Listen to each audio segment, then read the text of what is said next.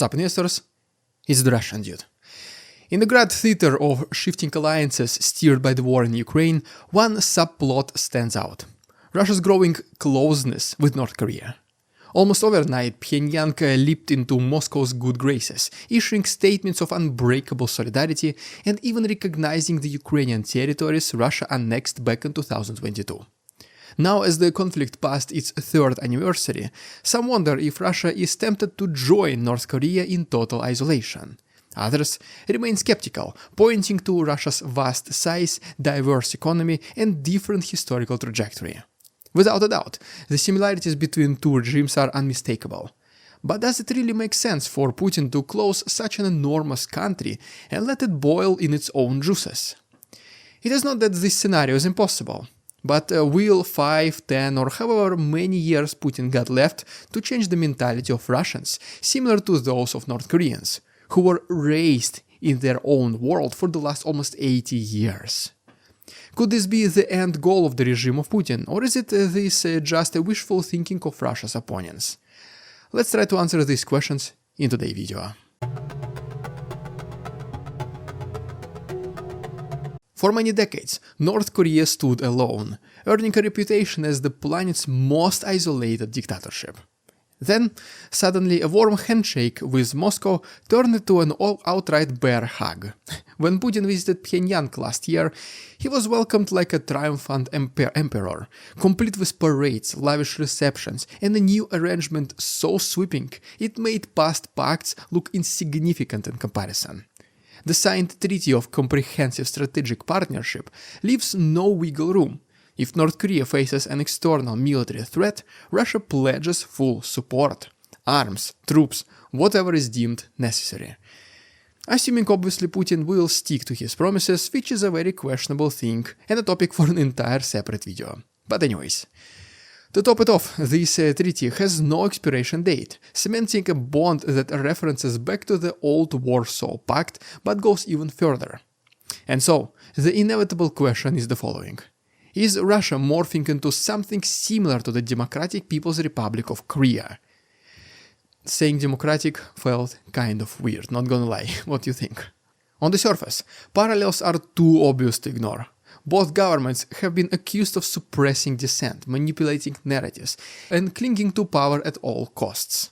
Kim's family achieved absolutely unimaginable levels of alleged loyalty, so they can just remain in power doing exactly the same things they have been doing for the last decades. Even though it is extremely obvious that the things happening in North Korea are extremely inhumane, not too many people care, because changing it is almost impossible, nearly impossible.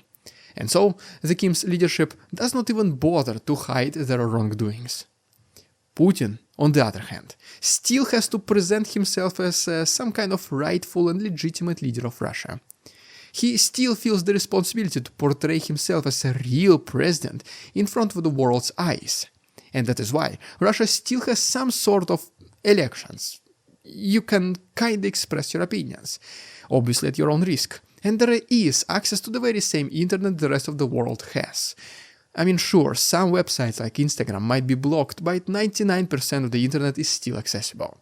Unlike North Korean internet called Kwangmyong.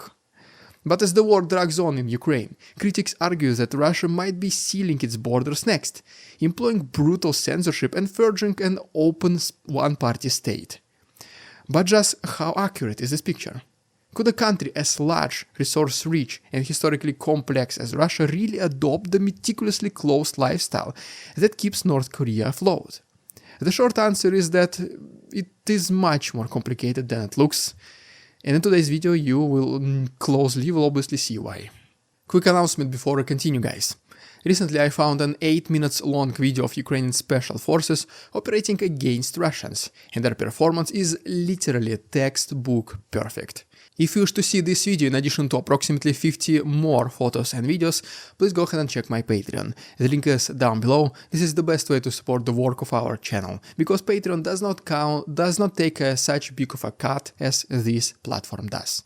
Thanks so much, now let's continue. To understand why North Korea's system is so rigid, you have to experience everyday life in Pyongyang, or at least imagine it. Suppose you are a mid-level official, privileged enough to reside in the capital. And that's right, even to be able to live in Pyongyang you have to earn it. Mostly through, as you can imagine, hard and important work. I personally did not know it before I started preparing for this video, well, now I do. That alone sets you above many fellow citizens living in the countryside, where government restrictions are even harsher. You occupy a not so quite private apartment, suffer routine blackouts, and rely on questionable deals with the military facilities for a stable power supply. Criticizing the supreme leader even in whispers is absolutely unthinkable. There is an informer planted in almost every crowd, ensuring that anything deemed subversive leads straight to the gulag. According to some very rough estimations, for every 50 North Koreans there is one informer. And it can be a person you expect the least, recruited or most likely blackmailed by the regime into this career, or it might be even openly confirmed person, well-known person. In this case, the idea is that the regime wants you to know that you are being closely watched. And honestly, I don't even personally know which case is better, because in either way you have to think 3 times before saying something out loud. Wouldn't be surprised if the capital has even more informants per person, since these are important to the regime people. And the closer you get to power, the more control should be exerted over you, that is the mentality. Then you wake up, get to work on a cramped bus, you operate a computer with access only to the state-controlled Kwangmyong network, and you are being fed daily a steady diet of propaganda that masks itself as education. For an outsider, this will be immediately recognized as propaganda, but not for North Koreans. Imagine your grandparents, then your parents talk their whole lives about dominance of North Korea over the United States, for example, and then you see exactly the same narratives and things on TV. Who wouldn't believe that, right? In rare cases, you might handle foreign emails, but always under tight supervision, aware that every keystroke is monitored. Stories suggest that you have to schedule checking your email box with the outside world, and prepare the answers in advance in writing, so that the officer can read your replies, correct them if needed, and then allocate you 10 to 15 minutes so you can quickly copy and paste your responses. And don't you dare changing something last minute. Even after hitting send, your emails will still be double-checked. Believe it or not, you can even eat pizza in North Korea in one of the few restaurants in Pyongyang. But the only problem is that it might and most likely will cost half of your monthly salary. So indulging in such a luxury experience becomes an event. Even watching foreign movies and TV shows like Squid Game is a very risky operation, done very late at night under 2 sets of blankets with minimal volume and brightness and only 10-15 minutes at a time. Because reportedly, there is even a government spy software installed on all devices sold inside North Korea, which can take screenshots of your screen at any time and automatically send it to the authorities. But even access to those activities makes you a very lucky person in North Korea, believe it or not. People born outside of the capital are typically locked into agriculture or manual labor, forever barred from the so-called privileges of Pyongyang's life. By contrast, Russians today still enjoy at least partial access to the internet and the freedom to move around their massive homeland without passing countless checkpoints. And yes, new repressive laws have been introduced and punishments for criticizing the military can be severe. But the texture of daily life differs significantly from North Korea's unique brand of total control. While there is concern that the Kremlin might intensify digital surveillance and press down on dissent even more, the scale at which it must do so is nothing short of colossal. North Korea's path towards isolation was shaped by geography and trauma. Surrounded by bigger fish such as Japan, China and Russia, it was the proverbial shrimp squashed by whales. Occupied by Japan in the early 20th century, split in half by foreign powers after World War II, and then devastated during the Korean War, North Korea learned to survive by sealing its borders, limiting trade, and developing its own brand of paranoid self-reliance called juche. It is an ideology that teaches self-sufficiency, fueling massive investments in military defense and nuclear weapons, even if it means constant famine for the ordinary citizens. In Pyongyang's eyes, the risks of absorption by a mighty neighbor is very real.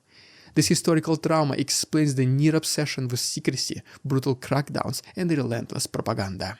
Russia's history, on the other hand, has instilled different fears and ambitions. As a sprawling empire that always sought to expand and maintain trade routes, it never had that small country under siege mindset. Even the Soviet Union, often portrayed as completely sealed, actively engaged with the West, hiring American and European engineers for industrialization projects and forging gas deals with Germany, including the Western Germany. Modern Russia, though autocratic in many ways, still relies on energy exports, foreign currency, and trade ties to survive.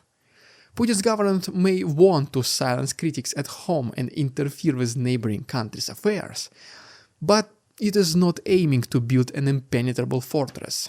It believes Russia should be a global player, not a quarantined outliner, which became more obvious than ever since the beginning of 2022 invasion. Putin's administration screamed left and right that they do not need anyone to survive and prosper. Immediately, the regular people of Russia started asking the very same question, every single one of them. Are we becoming the second North Korea? But look at the Kremlin now. At the very first sign of Western companies potentially returning to Russia, even Putin himself ordered to develop almost a step-by-step guide how to make the reintegration as easy as possible. So it is with absolute certainty we say that Putin wants and he needs the West in order for his country to survive, whether he wants to publicly acknowledge it or not. Comparisons between Russia and North Korea are unavoidable, but can be misleading.